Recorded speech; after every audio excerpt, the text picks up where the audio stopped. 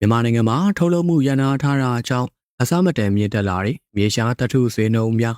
ဒီကနေ့မှာတော့6လအတွင်းတရုတ်ကမြန်မာစီကနေမြေရှားသတ္ထုတန်ချိန်3100တင်သွင်းထားပြီးတရုတ်ရဲ့ပြည်ပကနေဝယ်ယူမှုအားလုံးရဲ့85%ခန့်ထိရှိခဲ့တဲ့ဆိုတာနဲ့မြေရှားသတ္ထုအကြောင်းတင်ဆက်ပေးသွားမှာဖြစ်ပါတယ်။မြန်မာပြည်တွင်းမတည်ငြိမ်မှုတွေကြောင့်နိုင်ငံတကာဈေးကွက်ထဲမှာမြေရှားသတ္ထုတွေဆက်ပြီးဈေးတက်လိမ့်မယ်လို့ဈေးကွက်လိလာသူတွေကခံမှန်းကြတယ်လို့ Global Times သတင်းဌာနကဖော်ပြထားပါတယ်။တရုတ်ဆိုရအာဘော်သတင်းဌာနဖြစ်တဲ့ Global Times ကမြန်မာပြည်တွင်းရေးမတည်မငြိမ်ဘူးကြောင်းလို့ဆိုပေမဲ့ကချင်ပြည်နယ်မှာမြေရှားသတ္ထုတွေအဓိကထွက်ရှိတဲ့ဗန်ဝါချီပွေစော့လော်ဖီမောစားတဲ့ဒေသတွေကိုကချင်လွတ်လပ်ရေးတပ်မတော် KIA က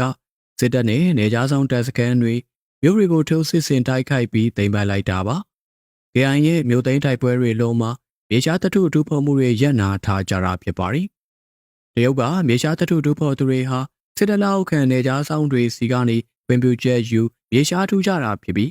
ဗန်ဝါဒေသတစ်ခုလုံးကို KIA ကသိမ်းပိုက်ပြီးချိန်မှာတရုတ်ကမိပေးတာကိုဖျက်ထားသလိုမြေရှားထူးပေါ်တာတွေလည်းရနာကုန်တာဖြစ်တယ်လို့ဒေသခံအချို့ကပြောပါတယ်။စက်တင်ဘာနဲ့အောက်တိုဘာ2လဆက်တိုက်မြေရှားဈေးနှုန်းတွေမြင့်တက်ခဲ့တဲ့နောက်နိုဝင်ဘာလမှာလေတရုတ်မြေရှားသတ္ထုထုတ်လုပ်တင်ပို့သူတချို့ကဈေးနှုန်းတွေကိုစားပြီးမြင့်တင်သတ်မှတ်နေပြီးဖြစ်ပါတယ်။ဥပမာမွန်ဂိုလီးယားမှာအခြေစိုက်တဲ့ပေါင်တူတမ်မနီနဲ့မြေရှားသတ္ထုကုမ္ပဏီကနိုဝင်ဘာလအစံအတွက်မြေရှားသတ္ထုအမျိုးအစားအသီးသီးရဲ့ဈေးတွေကိုထုတ်ပြန်ခဲ့ရမှာပြီးခဲ့တဲ့လကုန်ပိုင်းထက်နည်းနည်းပိုပြီးမြင့်တက်လာတာတွေ့ရပါတယ်။အထူးသဖြင့်ဘရာဆိုဒိုင်မီယန်နီယိုဒိုင်မီယန်အောက်ဆိုင်လိုမြေရှားသတ္ထုအမျိုးအစားတွေရဲ့ဈေးကရှေ့ဆက်ပြီးတက်လာပွဲရှိနေပါတယ်။မြေရှားတွေ3လဆက်တိုက်ဈေးနှုန်းမြင့်တက်ခြင်းဟာမြန်မာနိုင်ငံရဲ့လက်ရှိပြည်တွင်းရေးအခြေအနေတွေနဲ့ဓာတ်ရိုက်ဆက်နေလို့ဆိုပါတယ်။ Electronic Chips တွေပြင်မြဲစွမ်းအင်ထုတ်ယူနိုင်တဲ့စက်ပစ္စည်းကိရိယာတွေတည်ဆောက်မှုမှာ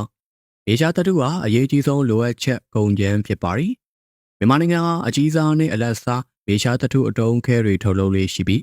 ကမ္ဘာတစ်လွှားမှာအကြီးစားမြေရှားသတ္ထုတွေထုတ်လုပ်မှုရဲ့90%ကျော်ဟာမြန်မာနိုင်ငံကထွက်ရှိနေတာဖြစ်ပါတယ်။ကမ္ဘာမြေရှားသတ္ထုထုတ်လုပ်မှုဈေးကွက်တစ်ခုလုံးစာမှာတော့မြန်မာက17%ဝေစုကိုပိုင်ဆိုင်ထားပါတယ်။မြန်မာပြည်တွင်းအခြေအနေဟာမြေရှားသတ္ထုထုတ်လုပ်မှုကဏ္ဍကိုဒေတာပေါက်တိုက်ရောက်မှုတွေဖြစ်ပေါ်စေပြီးဈေးတွေဆက်တက်လာနိုင်တယ်လို့အဲဒီဈေးကွက်ကိုအလေးထားစောင့်ကြည့်နေတဲ့တရုတ်ရဲ့လွတ်လပ်တဲ့စက်မှုရေးရာသူတေသီဦးကျန်းဝေက